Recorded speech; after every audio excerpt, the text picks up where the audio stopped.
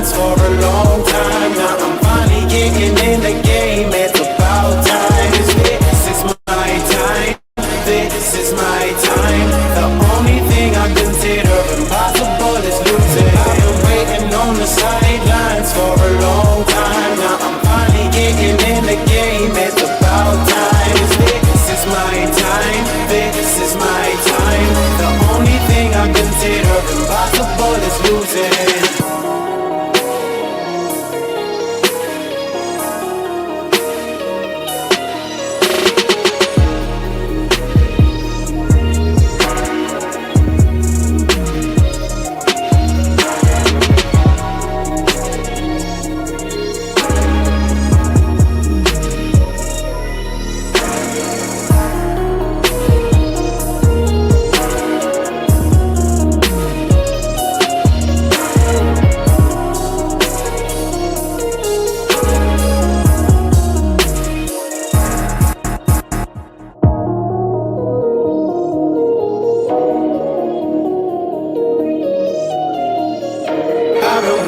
On the sidelines for a long time. Now I'm finally getting in the game. It's about time. This is my time. This is my time. The only thing I consider impossible is losing. I've been waiting on the sidelines for a long time. Now I'm finally getting in the game. It's about time. This is my time. This is my time. The only thing I consider impossible is losing.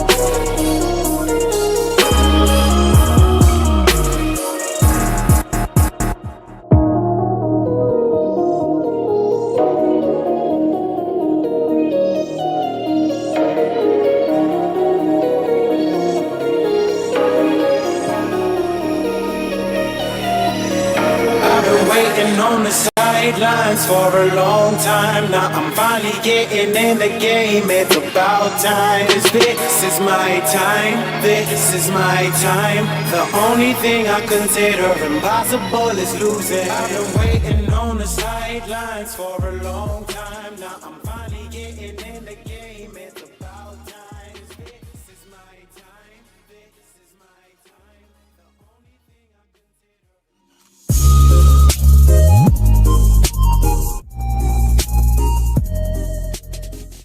BetUS, America's favorite sports book, where you can bet on everything, anytime. Sportsbook, casino, horse racing, live betting, and more. We have the best bonuses in the industry. That's right, get a 125% sign-up bonus. And to celebrate our 30-year anniversary, we are giving up to 30 risk-free bets, a truck, Super Bowl tickets, and more. Don't miss out. Play smart. Join now. BetUS, where the game begins. What's up, ladies and gentlemen? Welcome back to TD Fans Talk, home of the real Miami Dolphin fans. Hit that like button on your way in the building. We got some breaking news with the injury report update. We're going to go through that and more. Hit that like button, ladies and gentlemen. Also, this stream is being powered by BetUS. Receive a 125% sign-up bonus. The link is in the description of the video, ladies and gentlemen. Go ahead and check the link out. If you want to get your picks in right now, this is your opportunity. Remember, the official sponsor for Sportsbook for the TD Fins Talk is BetUS this season. Supporting our sponsors is supporting the channel. We just pinned it in the chat. So if you use that link, I'll get credit for it on this channel, and you'll receive that 125% sign-up bonus. Now, with that being said, this is an opportunity for us to go ahead and help me get my picks for the weekend now, ladies and gentlemen. Here you are. This is the BetUS current update right now. Miami Dolphins +10 in this game. I'm gonna well, the New England Patriots are +10 in this game. You all may want to get on this. I'm gonna be honest with you. The Dolphins are gonna win this game, but it's not gonna be a blowout. This right here, you all have to make your decision, but I feel like this is a steal. I feel like the +10 for New England, we will beat them, but it will not be by 10 or more points. I think it's going to be one of those cases where the Dolphins win the game by between 3 to 7 points in this game, but we do get the victory. Even though we're home, that's more but of why we should win, but we got more injuries now than we had before, and we're going to get into the injury report. If you are in that risky mood, the Patriots winning is +360. I wouldn't recommend losing your money on that. I'll pick the Dolphins to win and put it in a parlay so you can multiply your money in that regards. Also the over under at 46, that's a tough one, but I would have to say that this time that one may be under. We may be looking at the under in that one. All right. Now, here is an interesting piece on this one is the over under for New England is 17 and a half. I'm going to have to go with this week in particular. If I were you guys, I would go with the over for New England. I think they're going to put up like 20 points, but the Miami Dolphins 28 and a half, I would actually go under. I think we're going to score maybe around 24 points. I think this game is going to end up 24-20 Miami. So again, you decide. The link is in the description. You go ahead and put your own bet in here on BetUS, the official sponsor of TD Fans Talk for Sportsbook, ladies and gentlemen. All right, so take advantage of the opportunity. Now, the app also has the casino. It has all the games, all that good stuff. I know a lot of people don't know about it, but if you log into it, you also have access to the casino. Give you all a quick little example. Stuff like American blackjack. You have all type of different things. I'm a blackjack guy myself. I used to go to the casino just to chill, blow some steam, and play. But now I just play with BetUS and have some fun. All right. Good thing is I just made a withdrawal from BetUS. So, sometimes you get on these apps, you be like, I made some money, man. Let's see if it works. I hope it's not a scam or nothing like that. The withdrawal worked just fine. Your boy won some money from last weekend outside of the Dolphins game because I had some big parlays, but the Dolphins did me in, man. They messed me up. So I had to redeem myself on Monday night through the sports book. Made a few hundred. Ain't nothing big. Went ahead and withdrew. I'm going to have to put a little bit more money back in to get on this week. So there you have it, ladies and gentlemen. Take advantage of the official sports book sponsor of TD Fans Talk, BetUS. Again, description in the link is in the description of the video. All right, well, let's get into what's been going on with the Miami Dolphins. I have some clips and things that we're also going to be playing via Mike McDaniel. Some interesting things were said in the press conference today, but before we get into those, I want to give me a second. Oh, my video's playing too soon. I don't want it to play too soon on me. All right, we'll get into those. But the injury report situation is definitely getting interesting. Mike McDaniel said some things that's confusingly interesting today, and we're gonna break all that down here on TD Fans Talk as well. I'm pulling it up now. Y'all give me a second. See if I can get back to it.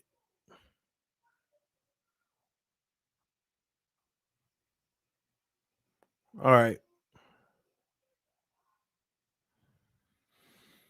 Okay. Let's see here. All right, here we go. All right. I'm trying to pull the screen up for you all so you can hear it. Well, that's crazy. I almost got 5,000 Twitter followers. I don't even worry about Twitter. Interesting. Go follow me on Twitter. Confusingly interesting. Yes. If you saw his presser, there was a lot of confusingly interesting things that he said. All right. So I'm pulling one up. Let me see here. Basically, he talked about Jalen Ramsey and Xavier Howard, their status of playing the game. This is interesting what he said. Y'all take a listen here real quick. Take a listen. Working through it. It's good information. Thank you. Still And working through then it. your starting corners with Xavier. and Don't know who they Jeff. are. I was going to ask you if they go through practice today. Well, there are no health issues. Things go well. They look good to you. You expect both of them to play Sunday. So everything's case by case with those two individuals. I have a very good working relationship with them, and we communicate very well. So they both know what they mean to the team and what their desire to play if they put themselves in harm's way, what it can do, to the team. Much like Teron Armstead, where it's like and that's an earned right because they're not just telling me, they've shown me they know how to prepare. So, I think like literally nothing to do with any competitive advantage. Any like I'd really have to and listen to them. I'm already going to know I'm going to like the way they look. Those two in particular, but it's about them understanding, which we've worked to this point to be in a working relationship like this, where they know the implications, they know what it's like to feel right, and they know that we have guys that we've really depended on all year, fortunately, that are able to make plays and orchestrate the defense if they're unable to. Obviously, we'd love to have them both. I wouldn't say that I'm prepared for either scenario for both players, and I really don't have a clue if they're going to play or not. Ladies and gentlemen, I want to try to break this down because that's why I said it's interestingly confusing because here's some interesting tidbits. Let's break it down. Communicate very well. So they both know what they mean to the team and what their desire to play if they put themselves in harm's way, what it can do, to the team.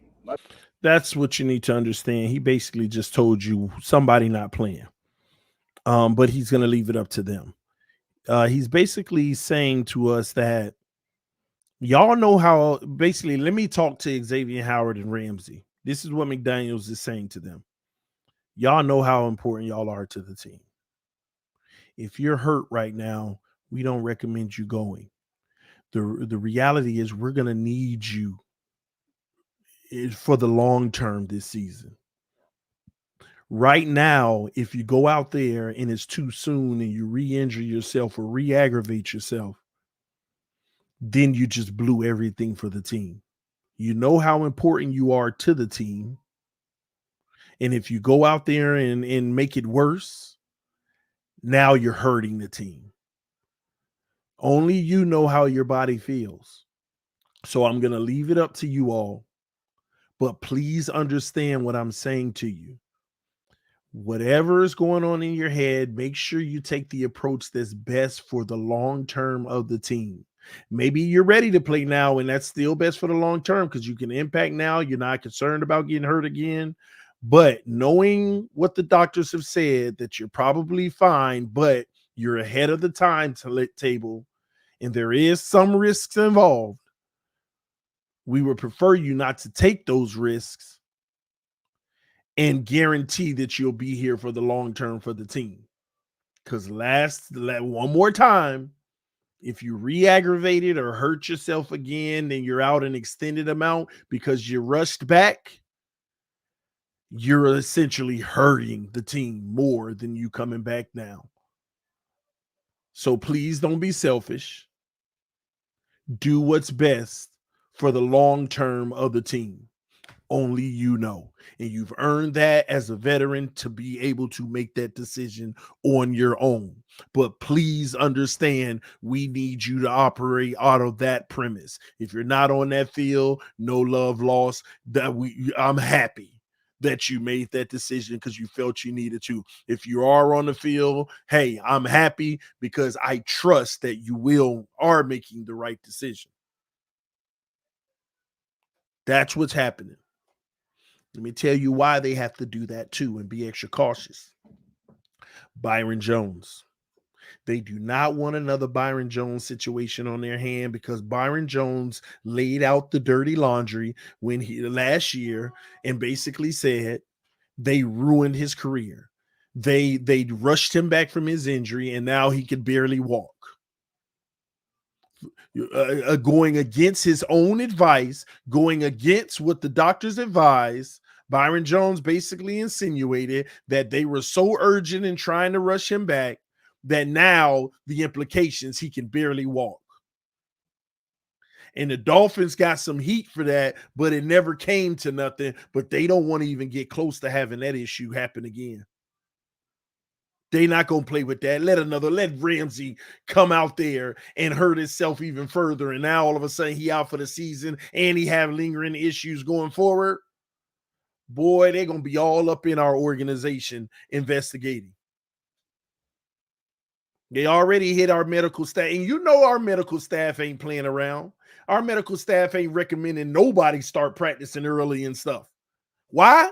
Because they out here getting fired with the whole tour protocol and they ain't even did nothing wrong. They just needed somebody to fire. So, listen. I think Xavier Howard has a better chance of playing than Ramsey. And I think Ramsey will sit one more week, travel with the team to Europe, and be a go. Germany, excuse me. Now, we may see Ramsey active on game day, but I think that based off of the language and what I've heard as of late, I believe Ramsey is going to probably wait to make his debut in Germany. Also, you have to look at the fact that Adam Scheffner probably spoiled his debut anyway. He probably spoiled it anyway.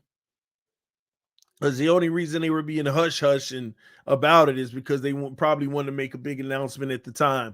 But if I'm going to be fair and give Mike McDaniel the benefit of the doubt for what comes out of his mouth, he said this has nothing to do with game planning against New England. This has nothing to do with us trying to hold it close to our vest. I honestly don't know what those guys will play. Because they've pretty much, in the interview, he just said they've earned the right to make that decision. And I trust them with the understanding that they know how important they are to the team long term. And they would actually be letting the team down if they did decide to come back early and re-aggravate an injury or get hurt and they weren't really ready to go 100%. I trust they'll make the right decision. So I say one of those guys may play, and there is a chance both won't play. But here's the issue. Tyreek Hill did say they are worried about the matchup versus New England, which I'm happy. I mean, they're not sleeping on them. He said that we're concerned about some matchups in this game. Now, Tyreek is playing, by the way. He's good. He's already said that yesterday. He's good. He'll be playing.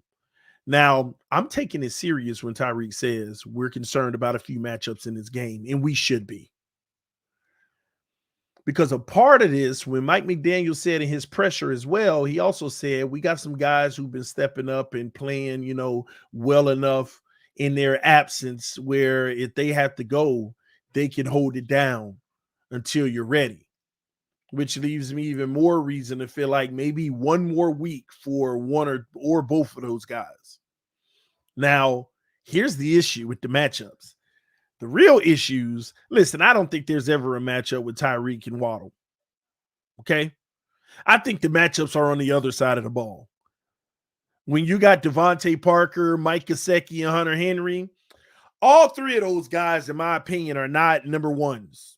at their position at all anymore. But they are some good number twos. And those number twos going against our secondary they could make them look like number ones. Let's just be honest. And the biggest issue is this. Javon Holland remains in the concussion protocol on Friday after practice. Ain't no more practice. Javon Holland remains in the protocol on Friday after practice, but he's progressing well.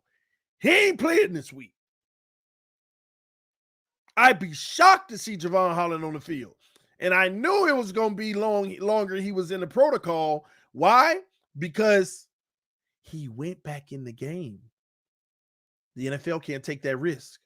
First of all, we looked at him a little bit. He quote unquote passed, and we evaluated him, and he went back in the game. And then all of a sudden, he had symptoms on Monday or Tuesday. Nah, he ain't playing this week. Play you won't. Play around you won't. Play around you want.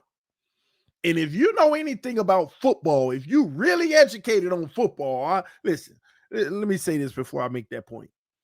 I ain't claiming to know everything about football. I've studied this game in and out and still are learning things. And a lot of the things for me is just terminology. I know what I'm seeing, but maybe I'm calling it the wrong thing sometimes because I'm still learning this game. But I've learned a whole lot. And I say this with every iota of what I know about the game, which to some of y'all maybe not much. If you know this game, then you know how important Javon Holland is to our not secondary defense.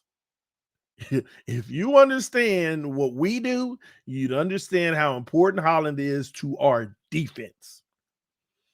If we go into this game in a world of Javon Holland, Xavier Howard, and Jalen Ramsey not playing, I am telling you now, the Patriots could very well put up 30. The Patriots. They could put up 30. Go back and look at the first game. Look at all the plays he alone made. Play with it you want. Play with it you want to. The Patriots can put up 30. You understand how vital he is in the run game?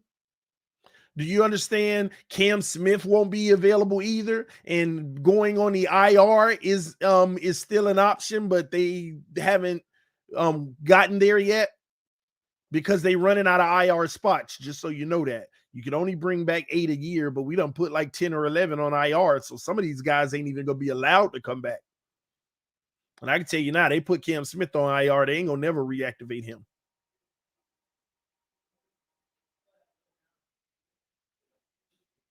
So what would you have left? Eli Apple, Cater Kohu now on the boundary. Needham is back. We don't know what we're going to get out of him, what version.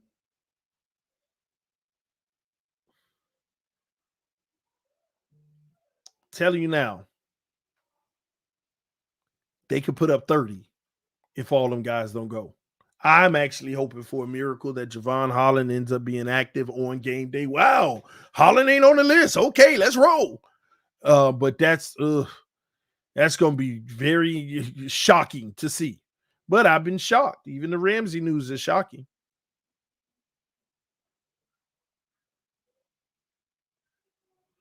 You know you're speaking the real when it's hitting me in the chest. Man, that's all we do over here. Speak real.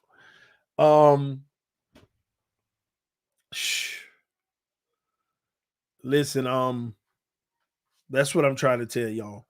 If Holland doesn't go, X and Ramsey don't go, there is major concerns. And that's why Tyreek said we're concerned about some matchups in this game. Tyreek can high point over anybody we got in the set. I mean, not Tyreek, but Devontae Parker can high point over anybody we'd have in the secondary. Gesicki can high point over anybody we got in the secondary. Hunter Henry will have a field day because we'll be back to struggling in the middle of the field because that's where Holland is important. Holland's also important in the run game. And now you let the Patriots run the ball. That could be an issue. we're going to have to call on our offense to be just dominant in this game. And we already know the issues we have on that. And that brings me to the next thing, the most confusing thing that Mike McDaniel said. And let me tell y'all, I don't like it. And then it wasn't in this press conference. Let me get this press conference off the screen. Let me tell y'all what Mike McDaniel said. Let me tell y'all what this man said. It's a contradiction to his current press conference. So basically, he telling Jalen Ramsey and X, you know how important you are to the team. So don't rush it. I'm going to let y'all decide. But then he going to come back and got the nerve to say, Connor Williams, I believe, will be active for Sunday, but he may not start. What the heck does that mean? Connor Williams may be active Sunday, but he may not start. So I could be wrong. So y'all know I try not to sit here and feed y'all smoke, and I'll tell you when it's my opinion so you can decide what you think instead of believing what I say just for word, because it could be wrong. But here's my translation of it. We're so thin on the O-line. Chris Greer done made it clear he ain't going to get nobody. It's Friday, and it's too late to get somebody anyway. If we brought him in today, they ain't going to play Sunday. We're so thin that Connor ain't ready to come back, but he can play through the injury. So we're going to make him active, but Eichenberg may start. And if we need Connor, we'll put him in as an emergency, or if we're struggling, see if he can go. That's all I get out of it. I don't think it's smart for us to bring him back, but it's a growing injury. He can try to play through it, but we may not start him just as a precaution and see how things are going. And if we need him, then we'll use him. Because y'all know our O-line is decimated, right? If one more tackle or guard goes down, it's like, who on the bench? What's his name? Yeah, put him in. That's the reality. Same thing in the secondary. Who we got? What's his name? Okay, put him in. Same thing. Same thing.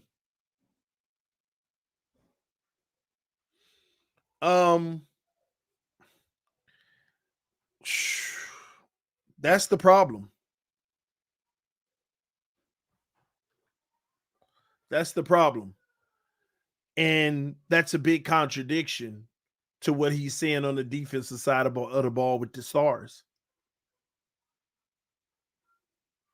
But that tells me there's a sense of urgency of what's going on in them trenches right now. We're in shambles. We're a little nervous about this game going up against them with this line. We're a little bothered about this version of the line going up against the Patriots. We know what happened last time, and we were better off.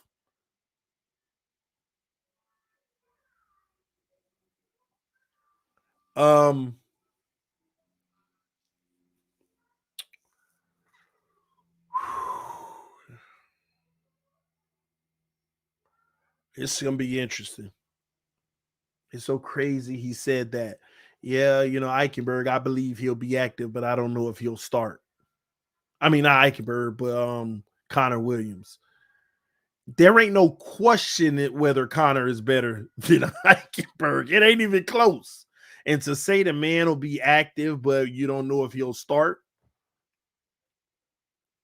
Anybody else got a different logic or a different reasoning or theory to that to make it make sense?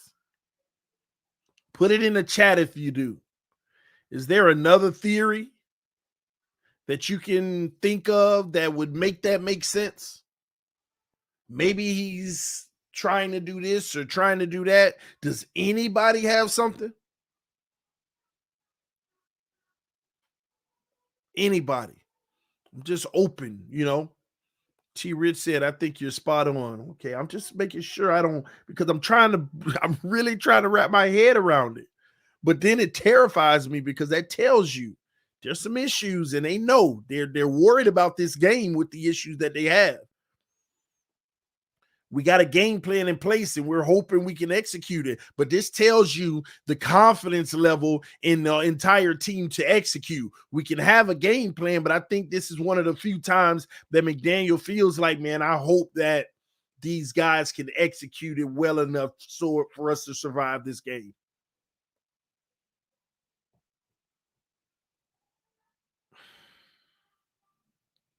Think that's what's going on. Eichenberg, he believes, will be active, but you don't know if he's going to start. What in the heck? What in the heck is that? That tells you all you need to know. Listen, ladies and gentlemen, we can't lose to the Patriots. I don't care what nobody say. Temporarily, the sky would be falling if we lost to the Patriots. Temporarily, the sky would be falling if we lost to the Patriots, man. You ain't got to agree. I respect your opinion if you disagree, but temporarily the sky would be falling. Just like that, we no longer be number one in the division. We'd be number two, potentially only a half a game up on the Jets if they win. And the Patriots would only be 1 game behind. 1.5 or something like that. You cannot lose to the Patriots. Because if you lose to the Patriots and the Bills are number one and the Jets are only half a game out, and you got one of the best teams in the NFL that you're playing in a whole nother country the very next week, I don't care that Ramsey is back. I don't care if X on the field. I don't care if we're fully healthy. The Chiefs are going to be a handful, hands down. Now that game would be a must win. Have to win. Like, I don't see a road to recovery if you don't win that game. Of course, you can recover, but that could start the collapse of this season. You can't lose to the Patriots, man. You can't. You cannot afford it. Because if you lose to the Patriots and the Chiefs and you're 5-4 and you're 1 game down in the division, or you're still half a game down because Buffalo may lose too, I don't know. That's not good. Because our schedule doesn't do anything but get a little rougher. We'll have like this stretch where we got 2 cake teams, but after that, it's a wrap. It's time for war every week almost.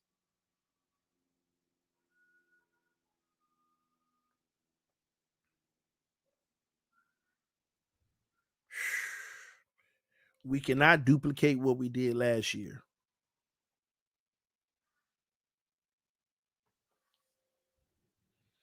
What week did we play Buffalo, y'all?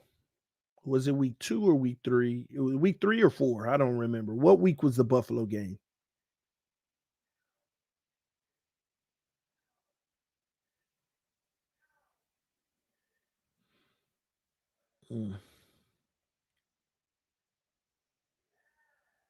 Week 4.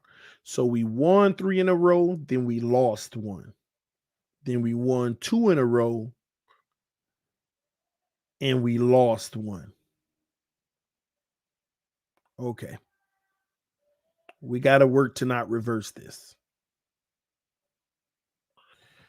We usually do very well against New England, though, but our defense's secondary has never been as decimated as it might be going into this game Sunday.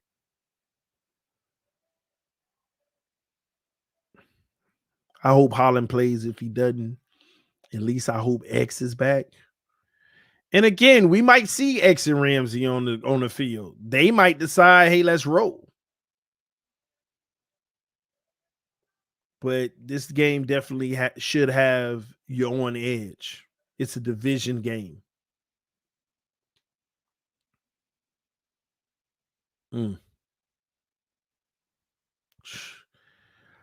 It's not a pattern here. It could be a pattern. Stay zooted. Win 3, lose 1. Win 2, lose 1. Are we coming to the end of that?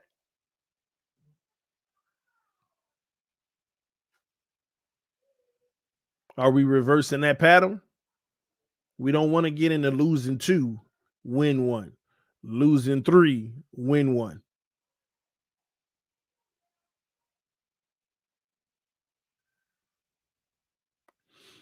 Laura said, I just don't like you guys supporting betting. Oh well. Hey Laura, it's not for everyone, Laura. Um, at the end of the day, me personally, I'm one of those people. If you don't know how to do it responsibly, I don't encourage you to do it at all. If you know how to do it responsibly and have fun and not make it impact your personal life, then by all means enjoy yourself. So I can understand where you're coming from. Um, but I'm one of those people. That's why I say if you have a problem with gambling, reach out to me. I can steer you to resources that can help you try to get rid of that problem. And on the site, it also has resources that can help you if you have an issue with gambling. Everything in life is a choice, and what you choose to do is yours. And at the end of the day, if it impacts you, seek help. And I know some people struggle with it to a point to where they don't even seek help. All we can do is encourage them to do so. But I can't eliminate the people who know how to do it responsibly and have a good time doing it. Just my take on it. All right. Um, Pat's going to get smashed. The fury of the refs cheating is going to come down on them. How you know the refs ain't gonna be the ones cheating against us? How you know that? Um, I don't encourage Chick-fil-A milkshakes outside of moderation. We still got the division. Two are undefeated against Pats. Yeah, we hope so. But all those things come to an end at some point. Okay. Is Waddle 100%? Last I've checked, he's been practicing fine. No report, so he's good. Nobody in the NFL is 100% right now. Everybody's body's aching. They're trying to rest it and fight through it for every game. That's just the reality. Once you pass about week 3, ain't nobody just all fresh unless you haven't played much. But no, I mean, everybody's fighting through the rigors of the season already. That's why you have a bye week. They try to decompress. So we'll see. It ain't too late to join the Rams bandwagon, y'all. Come on down, Mr. Spacely, man. I'm sorry, bro. Y'all about to get waxed this week by the Cowboys. I like to see you beat them, but y'all probably gonna get waxed. Sorry. But yeah, ladies and gentlemen, that's your update though, per se on the injury situation. Again, the Cam Smith situation. The Cam Smith situation that they don't know if they're gonna put him on IR or not. And that's kind of interesting as well because there's some people that ain't gonna be allowed to come off IR. You can only bring 8 people off. And we done put more people on it than spots we had to bring back, if I'm not mistaken. So at some point, they might just have to hold players on the roster active that just can't play.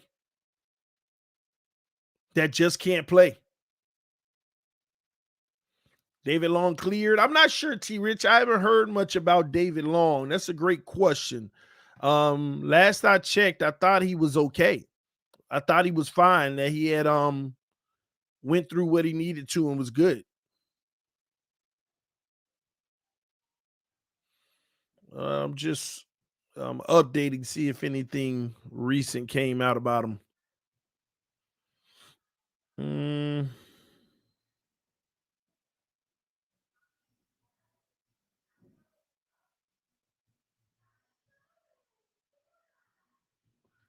uh, home. We're about to go over some of the film study, by the way, in the next game. So, um,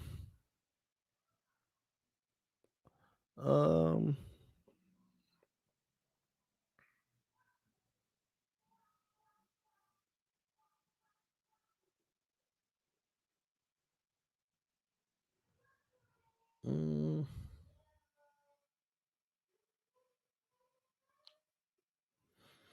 I don't encourage being a Josh Trash Bum Allen fan.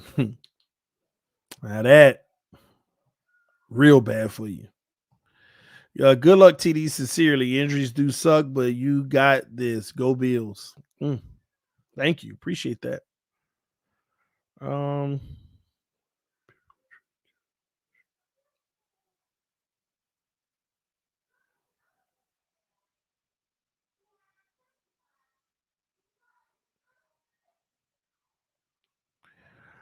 right. Yeah, that's a bit. I don't see any update. Mm.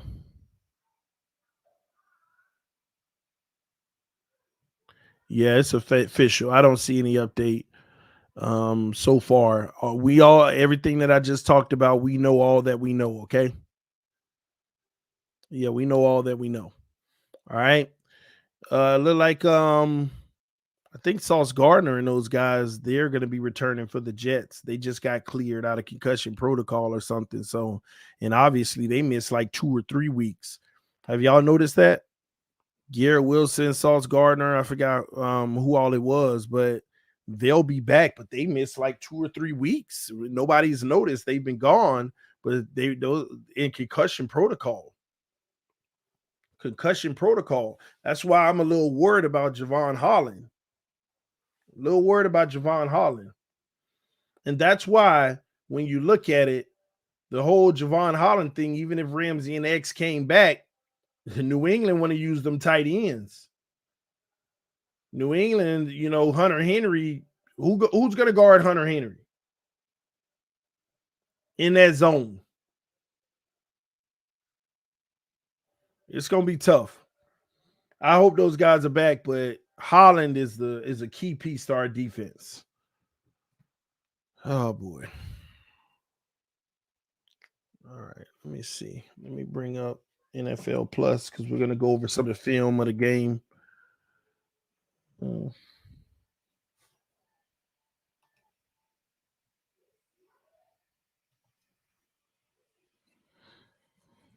Said Kohu. Kohu ain't guarding the big guys. Kohu can't stop the big guys. Have y'all been watching? He can't stop the big guys, man. Kohu's good in the run game. When you have to high point the ball, Kohu not stopping those bigger guys. Eric Rowe. It would be nice to bring Eric Rowe back. He was a tight end stopper. Now he got cooked by Pitts, but who wasn't?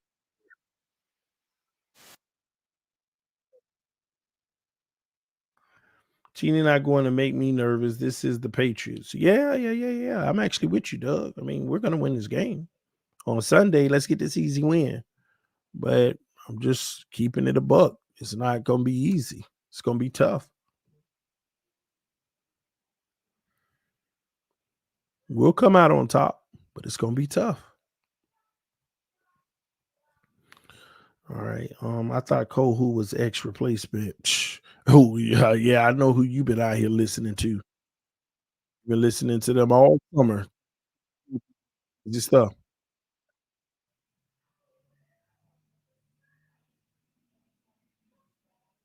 Patriots not the same team from week 2. You know what's crazy about that? I don't know if we're on the same page, T Rich, or we're totally apart on this, but since week 2, they aren't the same team because they dealt with tons of injuries. But I'm actually willing to go out on a limb to say, even though they have all those injuries and that should hurt them, they're a better team than they were in week 2. So I don't know if we're on the same page or you're saying, I don't know if you're trying to say they got all them injuries. We ain't worried about them because they're weaker, or the fact that regardless of them being weaker with the injuries, they've played way better football lately. I don't know which one, but I'm on the better football lately. That's what I see on film. The Patriots are playing really good football. They still do they stupid, sorry stuff here and there. But overall, if the way they playing now, if they played us in week 2, we would have lost. I know y'all be like, nah, we would have lost. I believe we would have lost. the way that their offense is at least being a little more productive now, and their defense is honed in on what they're trying to do, what they've been doing lately, we would have lost. You may not agree with that. What's your thoughts on that, T. Rich? Let's see here. All right, I got the all 22 up. Let's get to the sideline.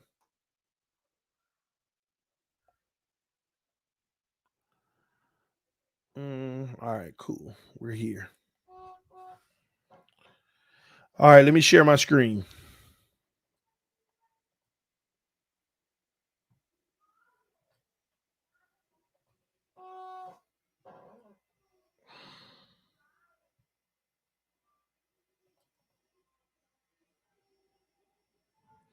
All right, let's go through this film. I'm at the bottom left of the screen. You probably can't see me, but I'm down here. Bet US is blocking it. Matter of fact, let's go ahead and give everybody a better view.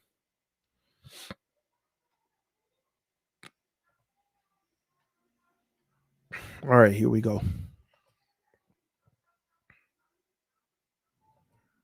What's this crap?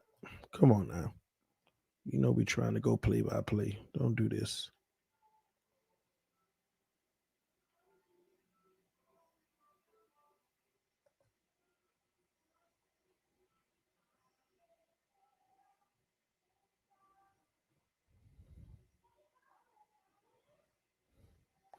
All right, let me refresh. It always do this crap.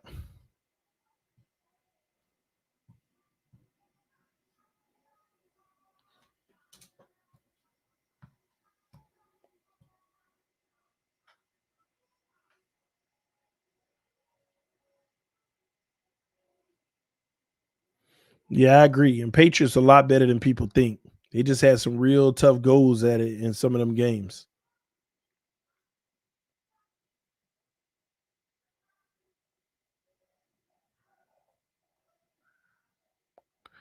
Okay, let's go with the sideline, all 22. Let's get that cooking. All right, here we go. We got the forward toggle now. That's what I needed. All right, we're going to start out this game. Let me move these headphones. On defense, all right, 2 to the left, 1 to the right. We're going to stop right here. Handoff. Look at all this Look at all this. See, they were running the ball better than people think. Javon Holland, good, forcing them outside and not letting them split the defenders for a big game. I'll swiftly go through this Eagles. All right, pistol formation. Handoff. Pushing the power forward. Run defense did show up a little better.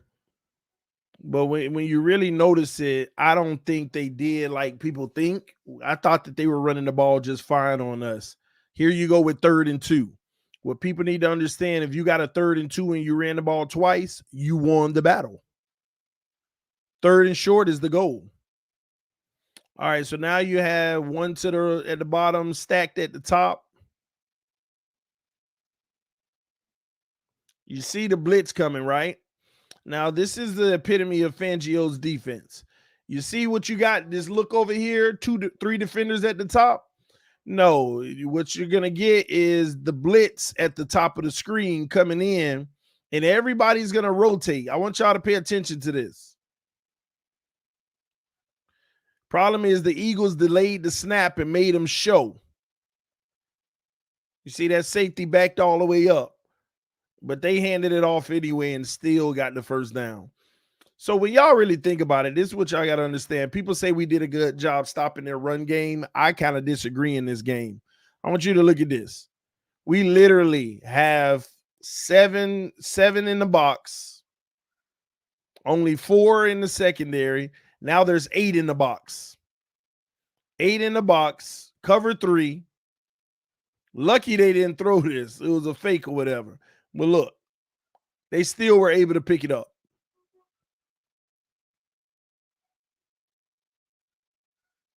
And that wasn't the tush push. Next play, 5 defensive linemen, 2 standing up.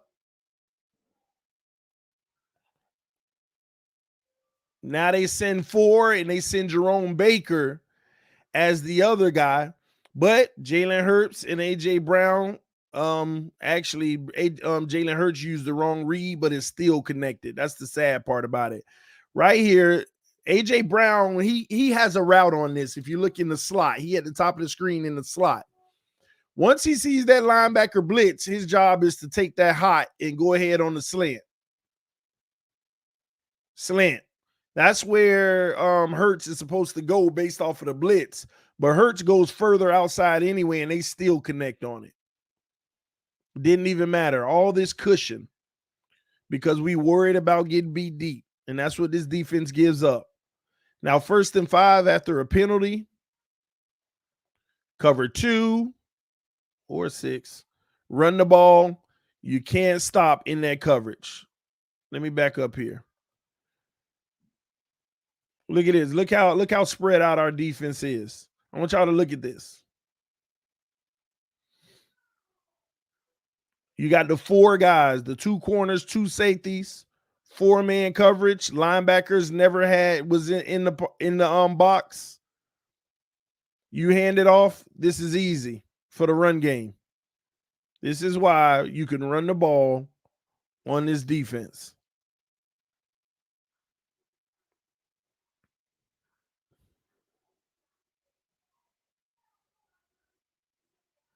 All right, right here, we finally got Van Ginkel doing some bumping right there at the 50-yard line on 1st and 10. Jalen Hurts looking. This is literally a 2-man route. We got a whole side of the field. We got 4 guys in the secondary with nothing to do. Y'all see these 4 guys? Jerome Baker, David Long, Kader Kohu, and 21, Deshaun Elliott. All 4 of them guys ain't got nothing to do. They put it all on the left side, 2 against 3. Hurts with nowhere to go initially, but the comeback so easy. Look how easy that was. You think this is great coverage, but look how easy it is at the top of the screen. Right here, it's just great coverage, right? It looks like it. Look at this right here. Great coverage. Right there. This is where it's over for him. You see at the top of the screen at the 35-yard line, our DB running like a wide receiver. He's scared to get beat deep. At that point, it's a dangerous, and this is what time in the pocket gives you. This is solely created due to time in the pocket. You get that much time, let me show you what I'm talking about. I want y'all to look at the receiver, right? Watch the receiver at the top. Right here, you can keep playing aggressive, ready for the comeback route if you got to switch directions. Right there, that's too much time. Right here is where you got to bail deep because you've been jogging and the receiver been running full speed. So you don't want to get beat for the big bomb for the touchdown. So you got to bail deep. Right now, the receiver's moving faster than the corner. And right here, there's a critical decision by the corner that has to be made. And the line is given so much time, the corner says, I got to bail deep. And that's what he does. And right when he does, the Eagles receiver puts his foot in the dirt and stops. And look at this right here. There's a 2-foot separation. Now there's a 4-foot separation. Now there's almost 4.5, almost 5. Total 5 right there. And the ball is already on the way. Classic timing. Classic protection. And this is one of those things that Tua doesn't have the luxury of, because our O-line sucks in this regard. But in this defense, if the O-line gives the quarterback time, our defense gets ate up like this all day. Easy catch, tackle. He dropped it. Oh, I'm sorry. But that's a bum move by the receiver. That's an easy play right there. Good job by the defenders by drawing it out, but that's beat in the NFL. Up to get it. Hit him. And I think that Van Ginkel laying that hit with Eli Apples batting it out made the play, but that's still suspect to be gotten. See, Ramsey and those guys close space quicker in plays like that. 2nd and 10. We're going to pause right here. Look how much depth everybody in our secondary is getting right here. I don't think he will, but if Jalen Hurts goes back into the flat behind him, that could be a solid game.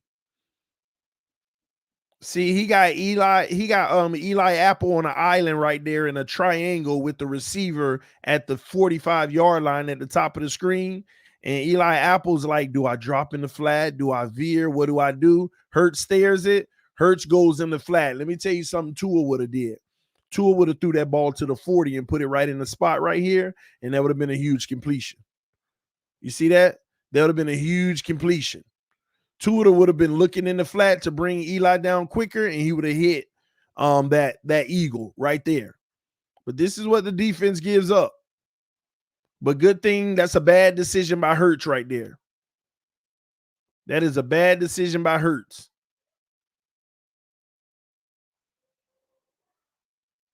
So the Eagles out here making a lot of mistakes on offense. This is why some people feel like they're the best team in the league.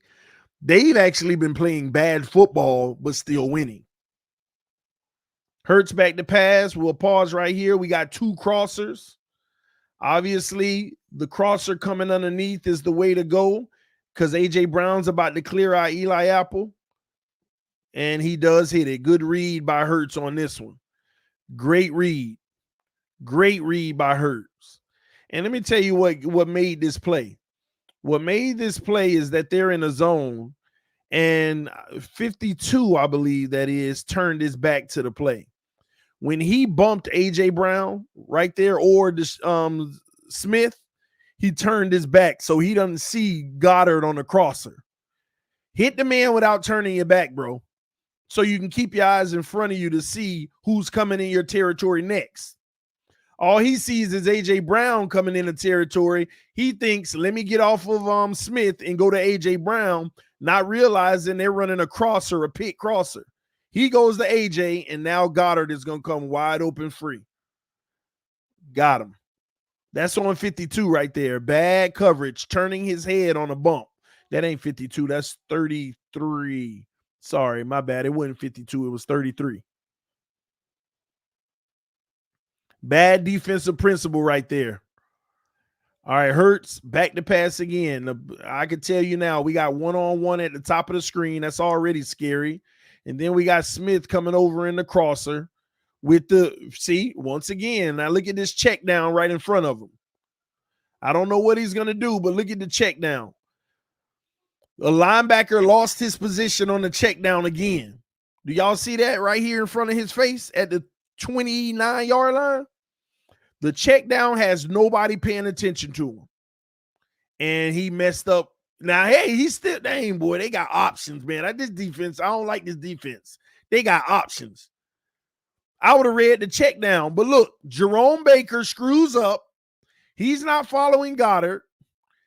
This is great offensive design versus ours. See, the Eagles schemed us. The Eagles know what we like to run. Almost every play, are you noticing something? The Eagles are making our secondary have players on the field that aren't even being utilized. Look at Kader Kohou and Javon Holland. Who are they guarding? Who is Kader Kohou and Javon Holland guarding at the bottom right of the screen? Nobody, other than they think they might have Goddard. If you look at the Eagles, they're technically running 4 guys to one side of the field. And in this zone, you're always going to have an open man. And what we did right here, if you see what the Eagles did, you see Jerome Baker, he following Goddard because Goddard coming in his zone. And now Jerome Baker is pointing to the other linebacker, hey, Goddard coming that way. But the other linebacker got to take Smith underneath. They are literally flooding the middle and the left side. And look at the protection. A1. 6-man protection. And look, so the guy takes Smith, and the sad part is Jerome Baker doesn't even have Goddard on this play. He just recognized Goddard cleared his area, and now he needs to follow Goddard because they just got us on the okie doke. And then you have a wide open check down. Me initially, I'm like, your check down right there. But Jalen Hurts keeping his eyes on the stack. He literally keeping his eyes on the flood concept, and he finds the bigger game. This is huge from Hurts. Because my initial thought, you got a wide open man underneath. But he's going through his progressions. He's going through the progressions. Look at the first progression. He looking to the left at those two guys going deep. Do we have anything transforming deep? If Holland wasn't bailing to the center deep, he was going to take the A.J. Brown post.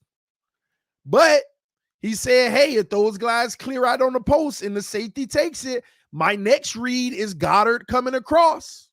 And if Goddard isn't there, I come down to Smith. And if Smith isn't there, I'm checking it down to a wide open man. But he saw that second read. The first read are two guys at once. Which of them has the seam? Because it looks like we're running two posts. We're running two posts, double post on this. And Holland goes back in great position. So now for me to get to the next level, because Holland's job would be to take Goddard. So that means there's one-on-one with Goddard, and I got Goddard. He never had to come to the fourth read underneath in Smith or the fifth read, which was wide open in the running back. Great play design against this defense. And I'm telling you now, if Jerome Baker was in great coverage against Goddard, he would have checked it down, and they still would have got 20 yards, one-on-one, Kader Kohu in the running back racing to the sideline. It would have still been a 20-yard game, probably out at the 15, racing to the sideline. Might have even been a touchdown if he would have been able to make a move on Kohu. But this, and I hate watching plays like this because he got two wide open options. Goddard in the check down.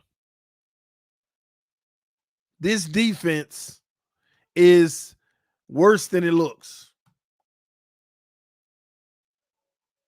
But again, when you got that kind of protection, you can go through your reads like that.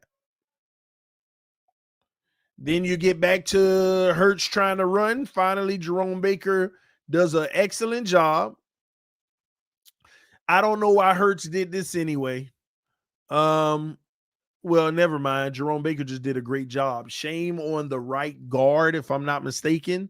If he would have sealed Jerome Baker like he was supposed to, that would have been a touchdown.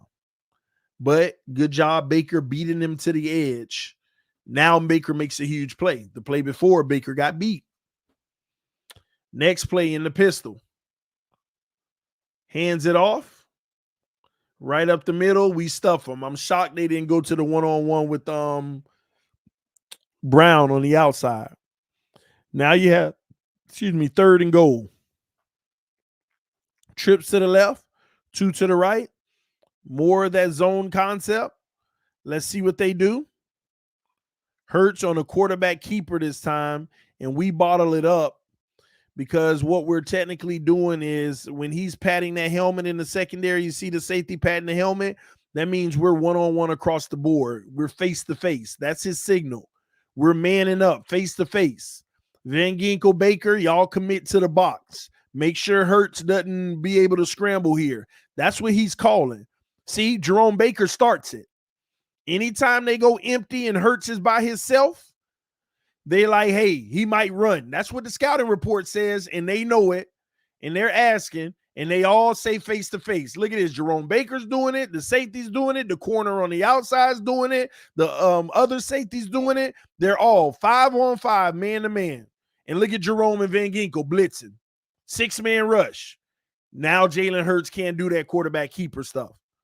So good job by Fangio in that situation where, hey, this is a running situation for Hurts.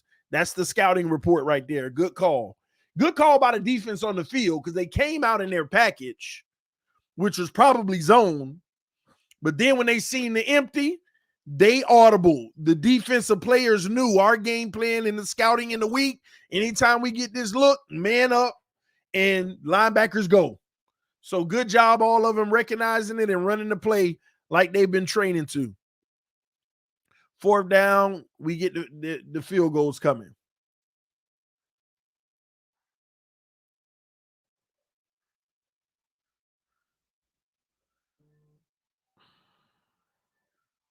All right, now it's time to get to the offensive side of the ball. All right, here we go again with this off coverage. Tua's tapping the helmet. And what does that mean? It means that Tua's like, hey, everybody check right here. You see what you see, zone coverage. We got 5 guys on the line, but we got a false start. Y'all want to know what this play was? I can tell you what it was right now. I could tell you what the play was right now. Watch this. Let me start right here. I'm going to show you.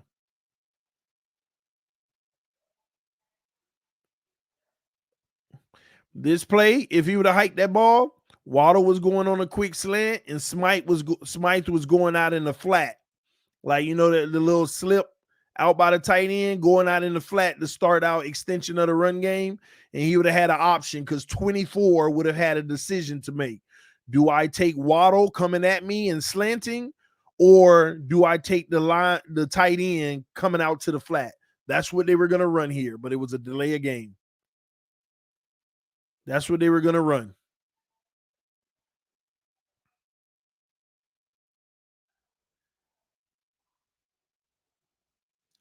Pistol formation, similar concept here.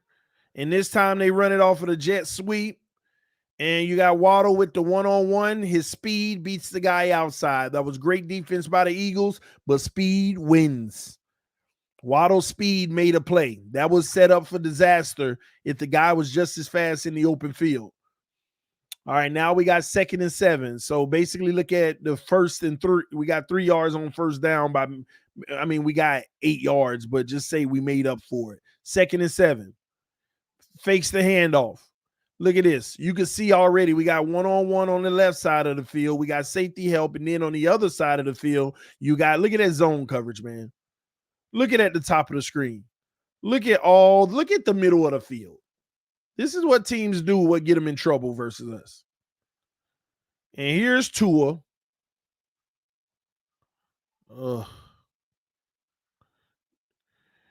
Great. You know what? I got to go back to this play and question this play, honestly.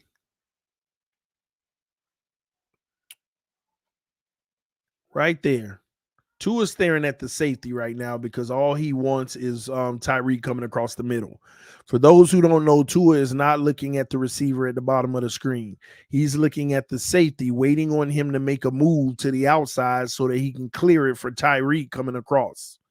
Again, a lot of people say that that's his first read, but right now he's manipulating the safety to clear Tyreek out so that he can catch that ball coming across. Because if the safety doesn't clear, he can come downhill and destroy what Tyreek's trying to do. Tua's mechanics are flawless, and I've always told y'all this. Now, other people are trying to say that this is reads. He's in his first read. Now watch he comes back to his second to Tyreek. No, what he's doing right now is setting Tyreek up to be open. He's looking at the safety, forcing the safety to drive on Waddle, which if you think about it, with the right arm strength, even the Waddle throw right there with anticipation is a big gain right there on the sideline.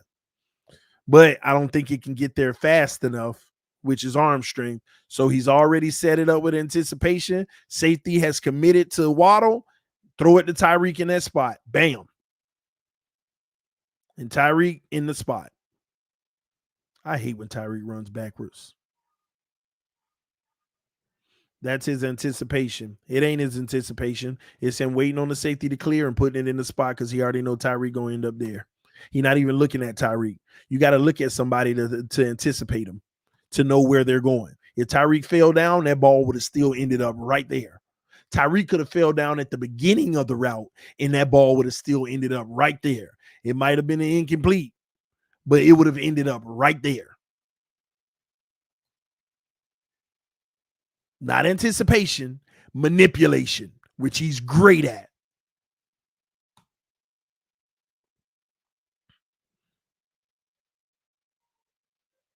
Toss to the right, nowhere to go. Shame on Durham Smythe. That's weak.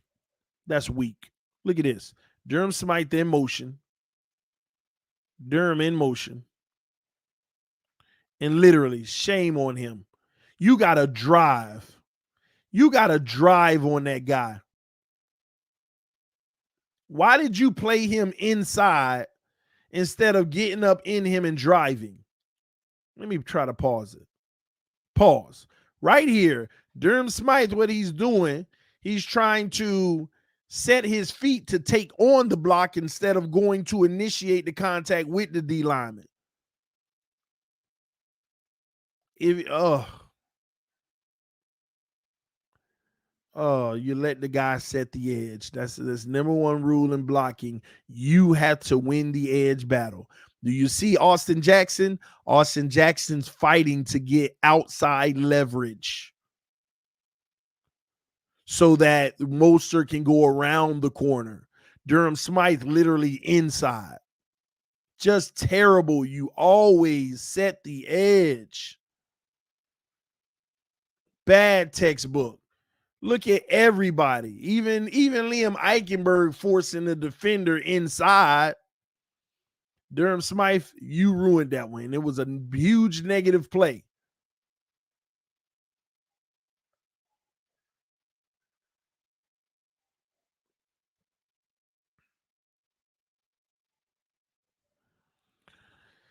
All right, we're going to pause right here. This is going to be interesting. Let me pause right here. Let me tell you what the Eagles did that confused us a lot. There's some of our plays that this does good against, but some of our plays it doesn't do good against. Let me show y'all right here. I want you to look at the defensive formation. Look at the defensive formation. Right now, it looks like man coverage. When Tyree goes in motion, they tell you it's not man, and Tua knows it's zone, right? But here's the issue on this play. Do you see number 94, a defensive end out here playing slot coverage? These are the indicators that the quarterback has to pick up on. I got this big guy on Braxton Berrios. What does that mean? That means he ain't playing Braxton Berrios. He's in a zone. He's either going to rush from that side or his assignment is the flat. He's either going to come on a delay to me or he's staying below in the flat because there ain't no way I got a one-on-one with number 94 and Braxton Berrios. That's what a quarterback got to recognize. And why are the Eagles doing this? Because they know we like to use motion. And they doing it opposite Tyreek Hill's side. Now watch this. They just tried to put their hands on Braxton Berrios. It failed. So what is Tua doing? He's eyeing. See, this is the deal. Usually Tua is looking at the middle linebacker. Usually Tua is looking at the middle linebacker to see if he's running in the flat to Tyreek or if he's taking Berrios. But right now, there is no middle linebacker. I mean, no, there is a middle linebacker, but Tua's confused because 94 is over there now. Now we got 94 over here. In initial thought, that's the linebacker. So now Berrios, that's why Tua switches his head to Berrios. You seen that? Normally, teams don't give us this look. That's usually a linebacker backed up by the hash mark. As soon as the ball hiked, the linebacker either stays with Berrios or he bails to Tyreek in the flat. And Tua just gets to pick the team apart and say, okay, if you bail to Tyreek, I hit Berrios right away. If you stay with Berrios, I hit Tyreek in the flat. But look at the Eagles scheme here. They played it different. They kept the defensive lineman in the flat. So that's why Tua's first look was over in the flat. Bam. You see his first look? And what does Tua see? Oh, the linebacker taking away the flat, not realizing that ain't the linebacker. So, hey, Berrios should be wide open. Well, Berrios ain't wide open. And this right here, based off of this route concept, Mike McDaniel's offense is a genius sometimes. Look at the bottom of the screen. I don't know who that is. I don't know if that's Durham Smythe or who at the bottom of the screen at the 42, 41. He's going to run an in route. That's your third read where you're supposed to go. That's your third read. So what does Tua do? That first and second isn't there. He goes right back to the first and checks down to Tyreek. Now, luckily, Tyreek's speed and the defender tripped. If you notice, the defender tripped right there. He tripped. Tyreek get around the edge, and we get back to the line of scrimmage. That's all we did is got back to the line of scrimmage. So, ladies and gentlemen, this play right here is actually exhibit A. He not going through his progressions all the time correctly. He went based off of that play. It's an option play. This is Mike McDaniel making quarterbacking easy for his quarterback. For 2 seasons now, nobody's played it like this. And the Eagles are playing it like this. For 2 seasons, every defense made it easy for Tua to say option 1 or 2. Whatever the linebacker does, pick the opposite and he's wide open. This time, they disguised it by leaving the defensive end in the flat. So it looks like he's going through progressions. Progression 1 in the flat.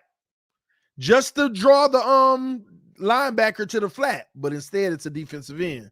Progression 2, since the guy is down there, is Braxton. Up, he's covered. Now you got to come to progression 3, which is the tight end on the end route. Bam, and Tua's golden hitting that, but he never went to 3. He just threw it right back to 1. Wide open tight end on the cross, back to 1. He never went to 3. And he had time to go to 3. And matter of fact, when he caught the ball, he would have been taken off right here, and Braxton Berrios would have turned around and started blocking. These are those plays that Tua, it shows you the offense is so simple, it gives him option A, option B. But when you take those 2 away, does he even try to look for C? Does he even try to look for C? Now, you're not going to believe what somebody did on Twitter. The only reason I remember this play is because somebody sent it to me on Twitter and said, this is proof he goes through his progressions. I said, how is he going through his progressions when he literally skipped the 3rd read and went from 1 to 2 back to 1? Well, just because he skipped the 3rd read, he doesn't mean he's not reading progressions. That's what a progression is. You have to go through them. And somebody laughed at me when I said he had time to throw the ball. What's this right here? Because based off of this offense, right here is where the ball needs to start being released for the guy coming across, just like he's releasing for Tyreek. Where's the pressure? Are we serious? Right here is where the quote-unquote anticipation is supposed to happen based off of the defense.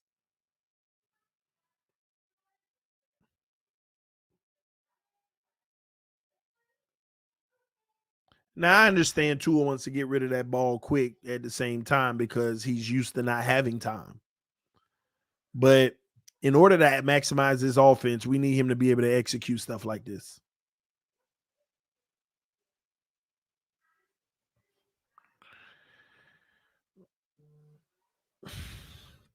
So if someone skips through a book, did they really read it? Exactly. It's crazy to me. But do you see what they did? The scheme there. You see what that scheme does? Interesting.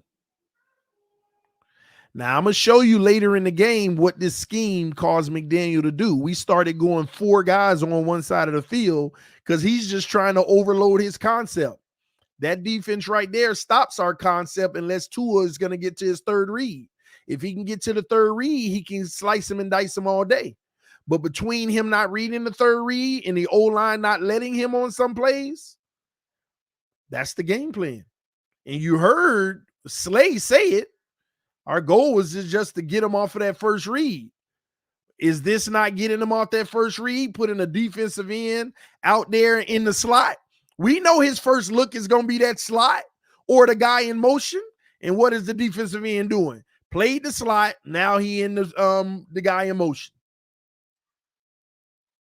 That's taking it away. But this is still a good play. And that ain't Connor. That ain't the tight end. That's the fullback. Alec Ingold coming across the middle. That was the read that he missed. That was the read that he missed. Let's move forward. But I want to use that play as an illustration of what I continue to try to explain to people, and they don't understand it. Because say they didn't put a guy, say the Eagles didn't have the defensive end out there and they would have ran the basic cover 2, 3 linebackers, 4 down linemen, and they would have put the defense in a tough situation with the linebacker having to choose.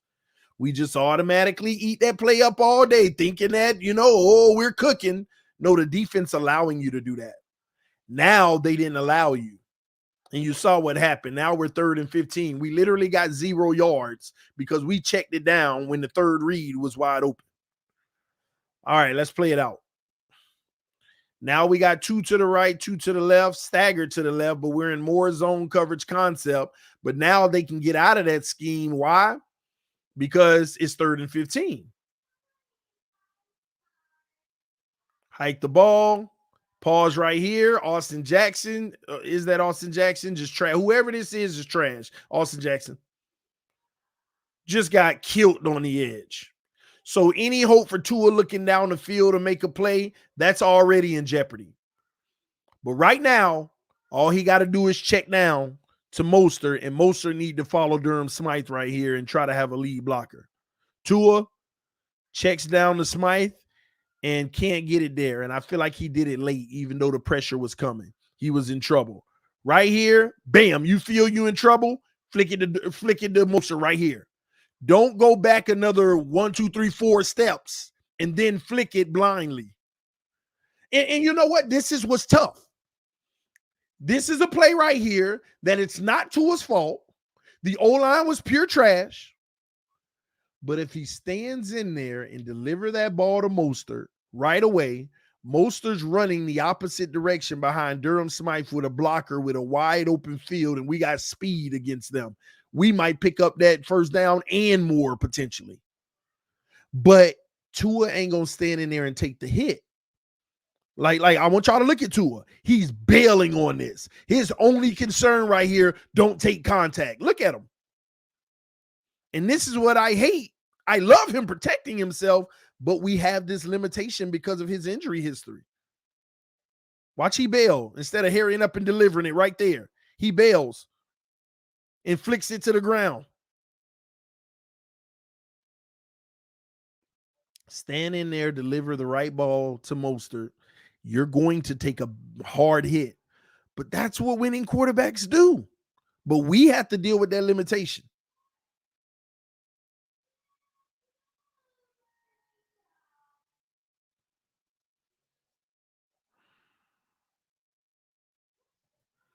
T-Rich said, no way that would have been a first down. Hold on, T-Rich. We don't know what it would have been. This is all I'm saying to you, T-Rich. And Tua certainly don't know if it would have been a first. He just got to do his job. Let's get that fact straight first. Whether it would have been a first or not, Tua still got to do his job and deliver that ball. Stand in there and take that hit. Let's be honest here. Because this is third down. It's on the line. We're punting. But you're saying that no way. Let me go for it. No way that would have been a first. I disagree. It could have very well have been a first. Let me show you why.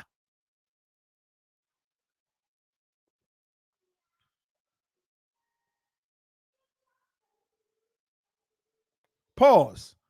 You see Mostert running forward with his eyes turned that way? He actually had to turn his body. Which puts him out of position to go the other way behind Durham Smythe.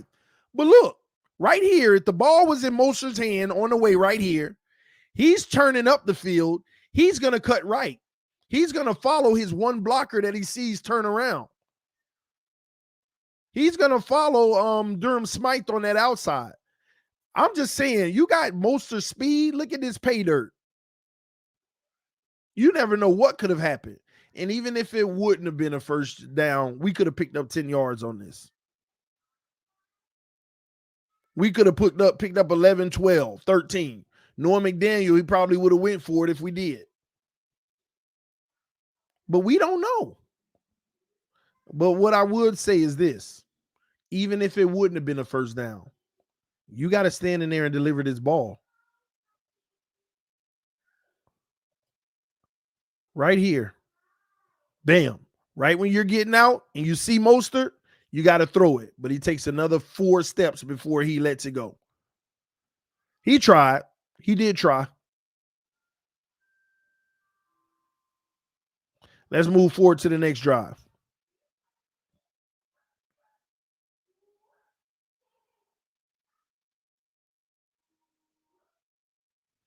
Eagles running the ball on first down.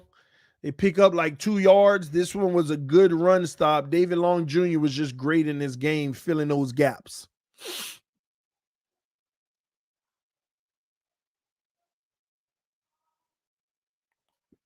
All right, let me back this up. Here we go once again. Now, you want to see how you stand in there and take a hit and deliver the ball? Just look at Jalen Hurts on this play. Look at Jalen Hurts on this play. You see what I'm saying? He wasn't worried about the hit. It was batted down, but he wasn't worried about the hit. You got to be able to stand in there regardless.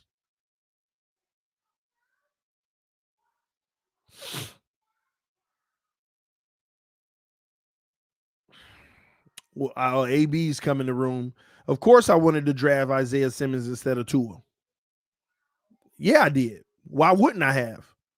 Tua coming fresh off of an injury. Yeah, I wanted to draft Isaiah Simmons. At the time, he would have been the better pick due to the injury concern. And here we are today, still with an injury concern, hoping that Tua stay healthy.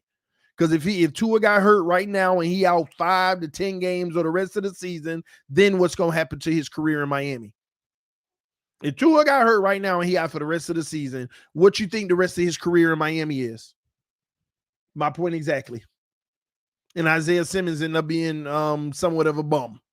It is what it is. At the time, it was a safer bet.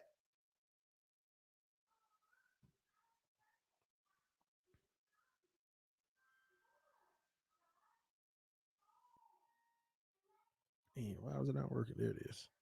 All right, here we go. Third and 8. Hurts back to pass. We'll pause right there. Pocket clean initially. We actually got some good coverage on this. If anything, the only thing with a little bit of separation right now may be the crosser, and we're defending that well enough, at least as of right now.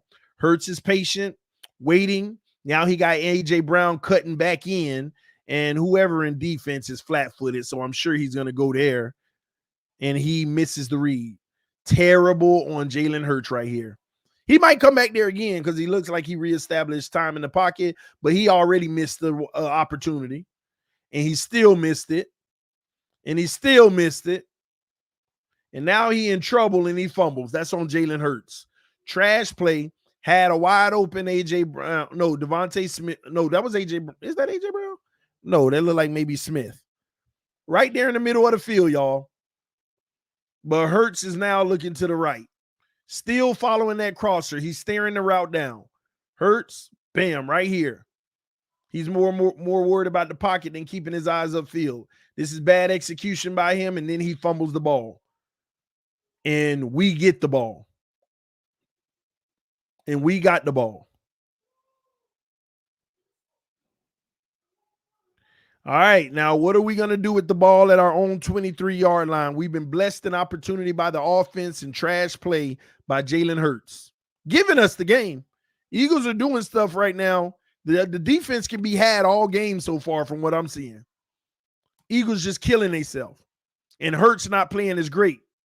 Tua, I love this little trick flip around. But they did a good job on this. You know, this is one of them plays that could have went up the distance, but they kind of closed it. Tyreek had to use a burst of boost to get around the edge, but we did pick up about 3 yards on the play. Here we go. 2nd and 7. 5-man line. Toss to the right. Once again, this Waddle. Waddle just Waddle weak. Weak Waddle on this. Is it Waddle? Yeah. Like, who is this on? That's on Alec Ingle. Well,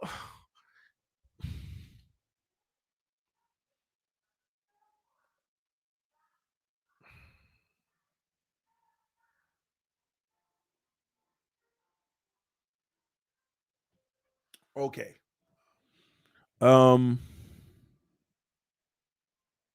I'm trying to study this play, y'all. I'm going to tell y'all this now. I think what's going on right here, initially, the Dolphins, some people going to think I'm hating on Tua, but he got to check out of this. If you know the play, you got to check out of this run and switch the run.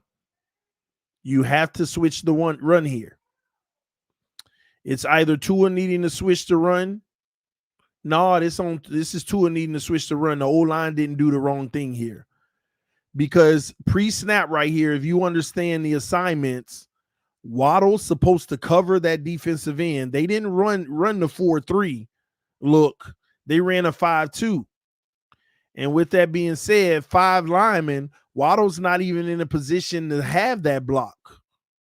Austin Jackson's not responsible for that block because obviously Waddle is, because Waddle tries to attack it.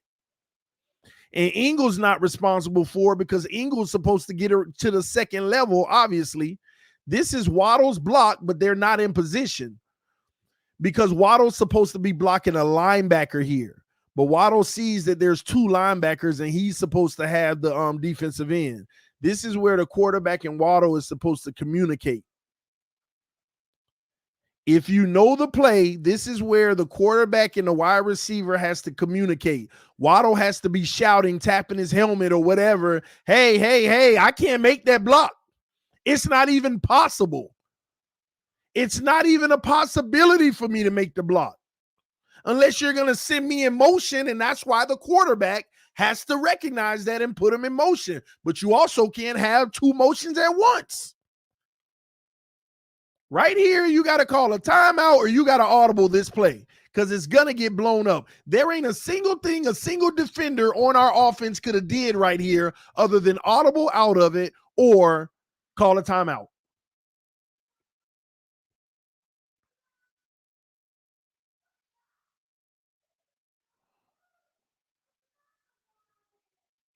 Anytime you got 5 down linemen like this and you're trying to run this play, you cannot put that assignment on the wide receiver. And on this play, it's the wide receiver's responsibility. The quarterback has to know that. I ain't trying to get on to it. This is actually just fundamental football. The quarterback has to know this right here because everybody actually does their job. Watch the tight end. He's veering out to lead block to the next level as he should. Ingle doing the same thing. But guess what? And that's why Waddle goes into him because Waddle knows that's my guy. Ingle's trying to avoid the defensive end because Ingle know he's supposed to be the second. Ingle's looking at the second level at the linebacker because that's his assignment. Mostert was forced inside right away because Waddle couldn't get that block. But the quarterback has to recognize that. But I will say this, great job by Austin Jackson. Second level, outside leverage. Great job by Robert Hunt. Outside leverage. Great job by Liam Eichenberg. Outside leverage. Great job by maybe Lamb. I don't know who that is. At the guard, at the bottom. Outside leverage from the run. Great job on the left tackle. Everybody did their job on the O-line. Ladies and gentlemen, if we block this right, that is a touchdown. Lester Cotton, yeah. If the quarterback audibles this or brings Waddle to the line at the beginning, here's what he was supposed to do. The quarterback's supposed to put his hands up and say, wait, before he set the tight end in motion. Right before you wait, you're supposed to send Waddle, reposition him at the line. Then you run the play, sending the tight end in motion, and it's a touchdown. AB, I ain't nothing flawed about what I'm saying on this play. There ain't nothing flawed about what I'm saying on this play. Not a single thing is flawed about what I'm saying on this play. You can question a lot of things, but on this play, nobody has that defensive end but Waddle when he out of position. And you got to see that pre-snap. Right here, when you get to the line of scrimmage, let's go to the very beginning. All right, Tua at the line. Tua's looking. He don't care. He's just going to run the play that's called. That's the problem here. He's just running the play that's called. Right here, he's supposed to hold it up, send Waddle in line to reset so that he can hit that defensive end and then run the play with the tight end in motion. That's what he's supposed to do.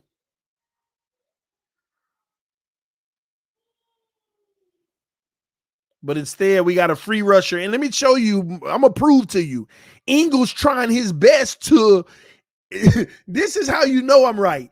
Look at Ingle, the fullback. Watch what he do on this play. He's trying to avoid the defensive end that's already blown the play up. Like, I'm going to be honest, Ingle has to step up there and say, even though this ain't what I'm supposed to do, he already back here. I might as well take him on. But this shows you that Ingles trying to do his job so much that he doesn't even care about the guy that's already in the backfield. Watch Ingle. Ingle trying to get around him. Like, oh, man, get out my way. And now Ingles looking at the second level. All right, now I got to find my blocker.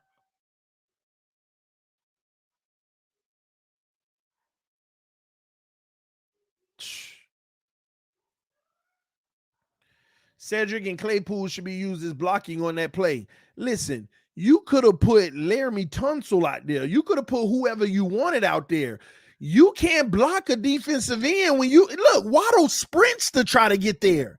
Y'all act like Waddle just had a bad block. It was nothing Waddle could do. Look at this.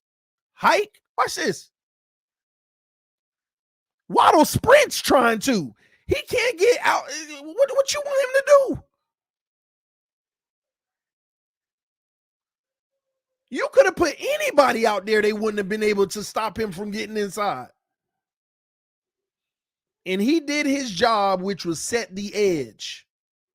The defensive end set the edge, and that's all you do on run plays to the outside. You set the edge, you force it back inside, then the help D can come.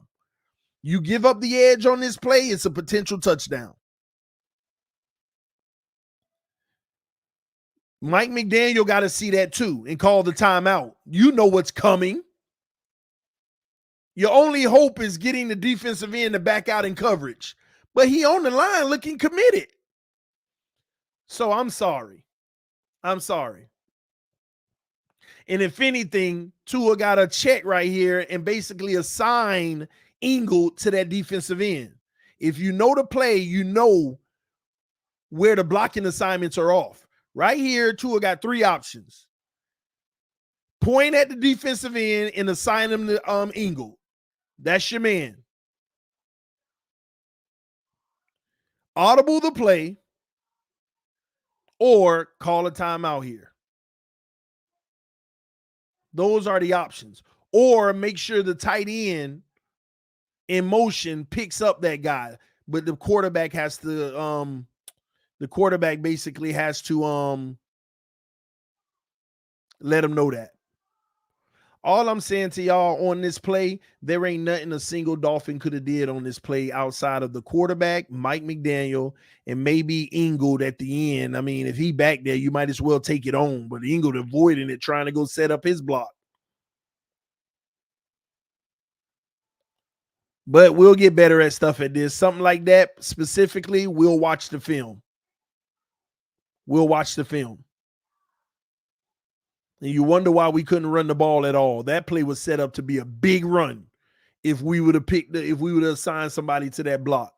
All right. Here we go again. We got more zone coverage here. Disguising it. Well, we're not disguising it, but we're trying to show blitz.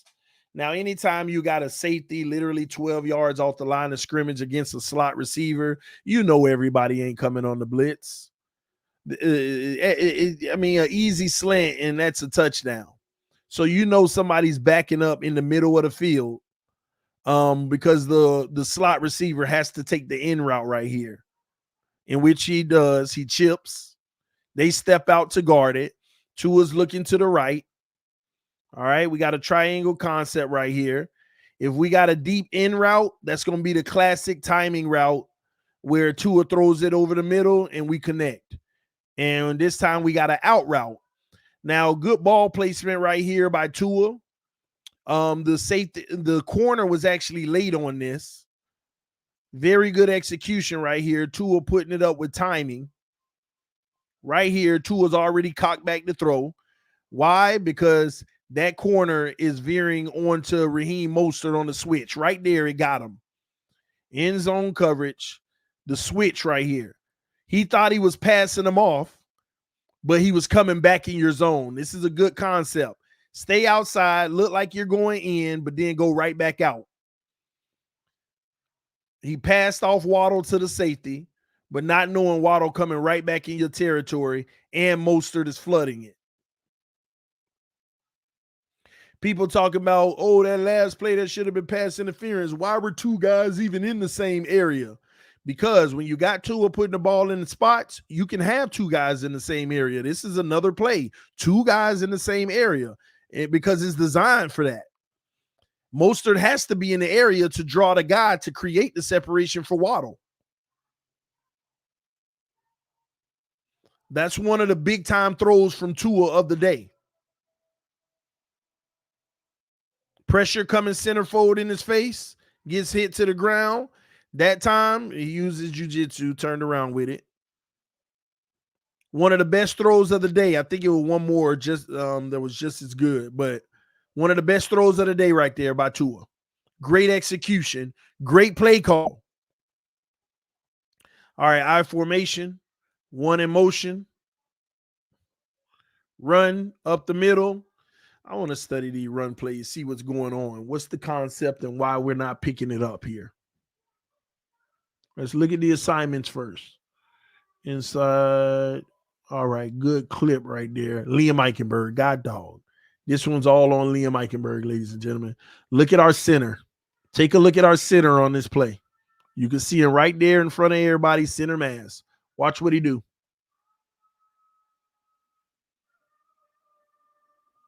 Oh, my gosh. He double teaming, not even caring about the linebacker. And that's why he looking crazy after that. Look at him looking lost. Look at his arm. His arm go out like, oh, you know, don't pass me. Don't pass me, sir. I don't know if y'all can see that. He doubles a block and then like, oh, no, the linebacker. I'm on the wrong man. Right here, he's engaged with that guy and don't care. And now he like, oh, I forgot about the linebacker. Look at him chasing, turning around. Let me go back to his hand out. Look at his hand. Look at it. Oh, Jesus. Look at it. Look at his hand. Full extension. Like, no.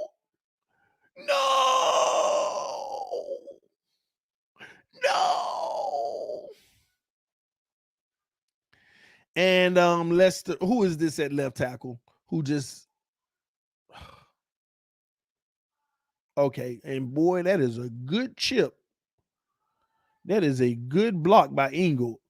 I don't know if that's legal to be taking out people's knees like that. Whew. Is that y'all tell me, because I got to look into the rules of that. Is that legal to take somebody's knees out like that?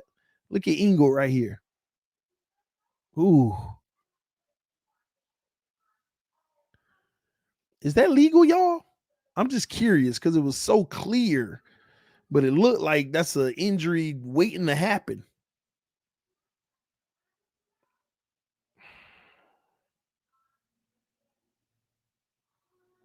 That's legal? Okay.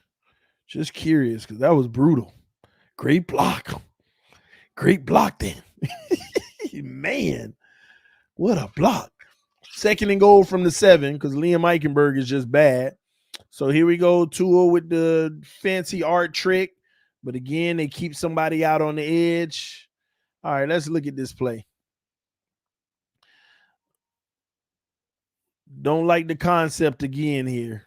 See, I don't like this fake concept because in this fake concept, you got to have somebody faking the run up the middle to pull that defensive end in.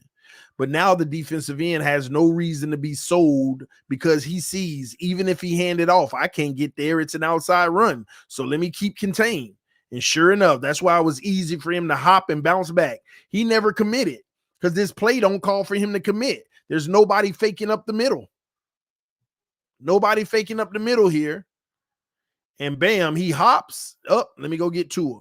Now Tua, I'm glad that he reset, but I wish he would have reset, stood in there, and then delivered a dot to Waddle at the top of the screen, close to the pylon. That would have been a big time throw right there. Reset and fling that boy to Waddle all the way to the pylon and meet him there. But instead, hey, I ain't mad at the trying to get rid of it quick, go to Tyreek, but the pass is short. That's why Tyreek had to come all the way back. Look at Tyreek on the crosser. And now, man, Tyreek had to jump 4 yards to come back to get that ball. Look at Tyreek at the 5-yard line. He literally jumps all the way to the 10 to come back and get it. And he dancing, and that's a disaster. That's a disaster. 3rd and goal from the 12. We just losing yards here. Play calling ain't that great, y'all. All right, we got zone coverage here, obviously. So here we go. What is Tua looking for? He got that 2-man concept. Waddle's going to cut inside. Is that Waddle or Tyreek? No, that's Tyreek. So I want y'all to look. His first read is at the top of the screen, and y'all got to understand why. Look, this is the same concept we always run. You got 2 guys out there with a triangle of defense, but you're going to send one on the slant and one on the wheel, and now he's going to face an option. Bam, right here, he's facing an option. Okay? I don't like the play because usually McDaniel got somebody going in the flat, clearing up space here. But what they're trying to do is bring Waddle underneath to try to clear that space. And right here, Tyreek on the slant, you got to make that big boy throw right here for this to be a touchdown because the separation there, because the safety is flat-footed. And Tua's going to deliver it right where it needs to be. Bam. A little high and up, but the defender still had no choice. And that's a touchdown, but it's called back due to holding. Call back due to holding. I think everybody remember the holding call. It was clear as day holding. But let's take a look. Would that holding have even affected the play? Let's take a look.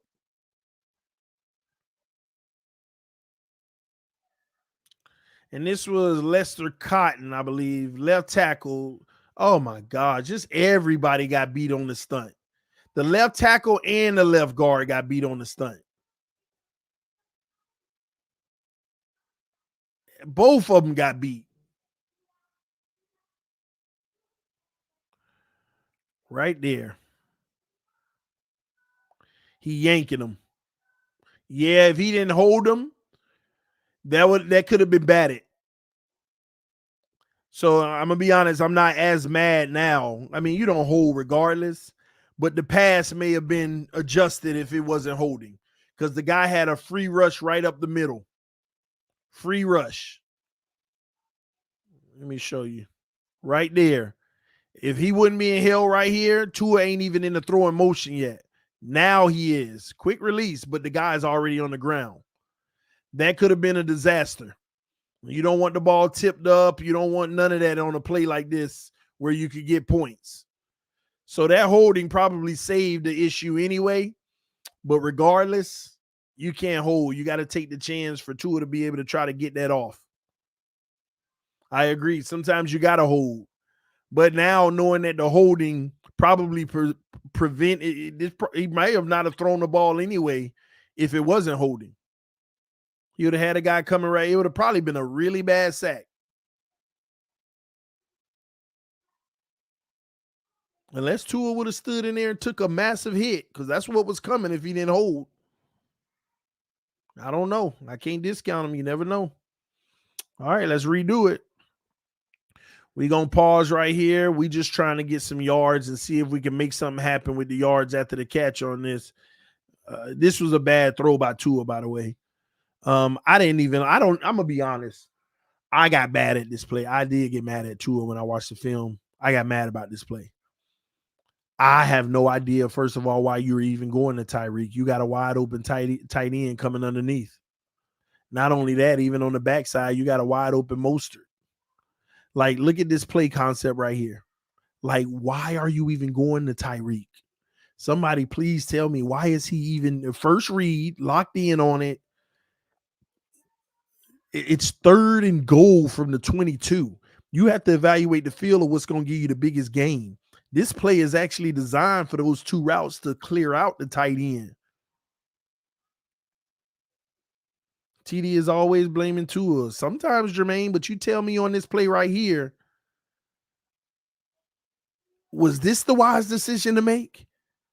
You, Jermaine, you let us know. T-Rich said, mad at a 3rd and 22, who cares? This is what I'm talking about. But if we would have hit Durham Smythe, then if he, just miraculously, if he would have broke a tackle or whatever, and we would have got a touchdown or something, oh, Tua got another touchdown. So y'all stop.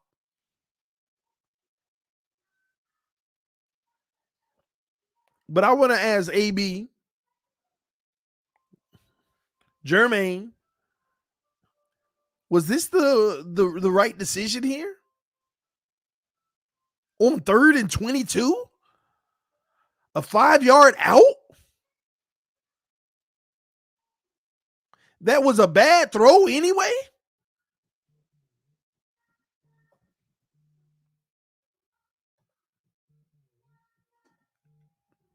Come on, man. Y'all got to stop.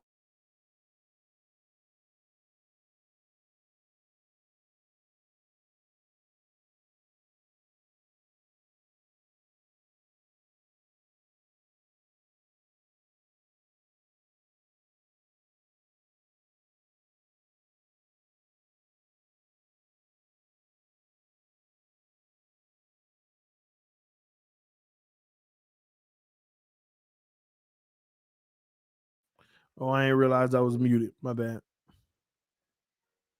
He said it wasn't a bad decision. You're right. It was terrible. It was terrible. It was a terrible decision. Matter of fact, I probably could have showed you 3 better options on the play. 3 better options on the play. If that was the case, we should have just ran the ball. Better option. The post. That might have even been a touchdown. Take a chance to the post. Better option in the flat behind you. But the best option we all see, Durham Smythe coming across. The 2 routes are designed to clear him up right here.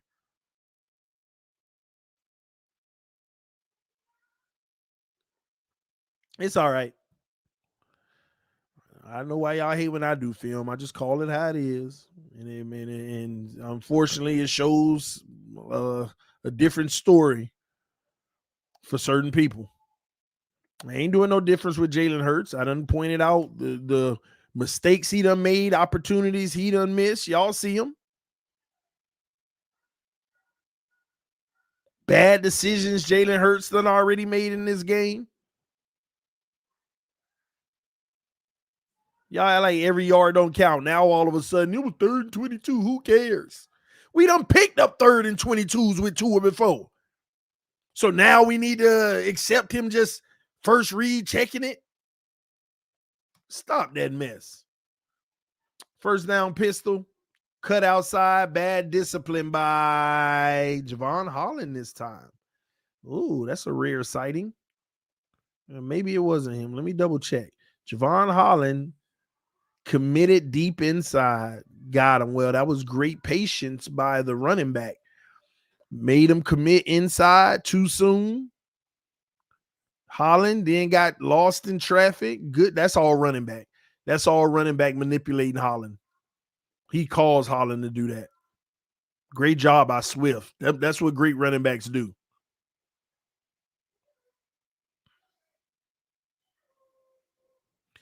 Pause right here. Now we're hitting the quick slants. Bad ball placement by Hurts right there, but it's still a catch. Smith had to reach behind him. This is why I prefer man press. because that bad throw could have been an interception or a breakup. All right, so we got a quarter switch here. Must be second quarter, which means I'm gonna probably end this. But all right, cool. Screen pass there. Nothing much to see. After this drive, I'm gonna probably end it and pick it up another time on the rest of this film study. 2nd and 6, Hurts back to pass. Quick in route by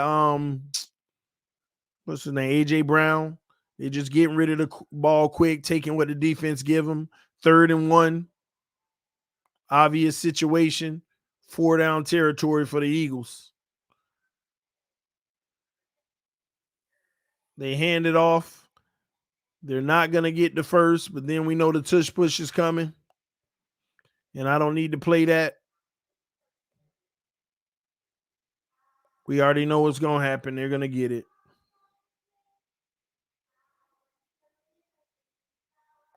Two to the right, 2 to the left. That should have been a false start, in my opinion. Double move on the outside. Wasn't there, but he throws it anyway. Oh, he threw it away because he saw it wasn't there. Well, good job by Hurts there, because I thought he was going to put it in the player field and it would have been intercepted. Look at AJ Brown at the top. They tried to double move right here, and Kohu didn't bite. Kohu in great position, so Hurts put more on the ball to get it out of bounds. Not going to get there, but that's another part of that is terrible by Hurts. He already knew what he wanted to do. See, these are those plays we going to take a shot. We ain't worrying about nothing else. I hate that kind of play. If that shot ain't there, you need to go through your reads. Maybe you could stare it down, fake right here, and look. He's in great position. Come off of it and hit your crosser right down here in the middle of the field, wide open. Number 13 in the middle of the field, wide open. But they already know what they're going to do with the ball. I'm seeing a lot of that with Hurts too, which is making me think he's a lot less special. Bat down, roughing the passer.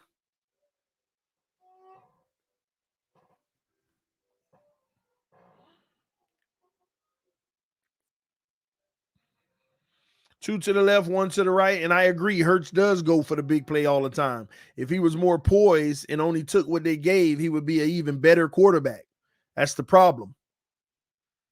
Handoff, nowhere to go. Good defense.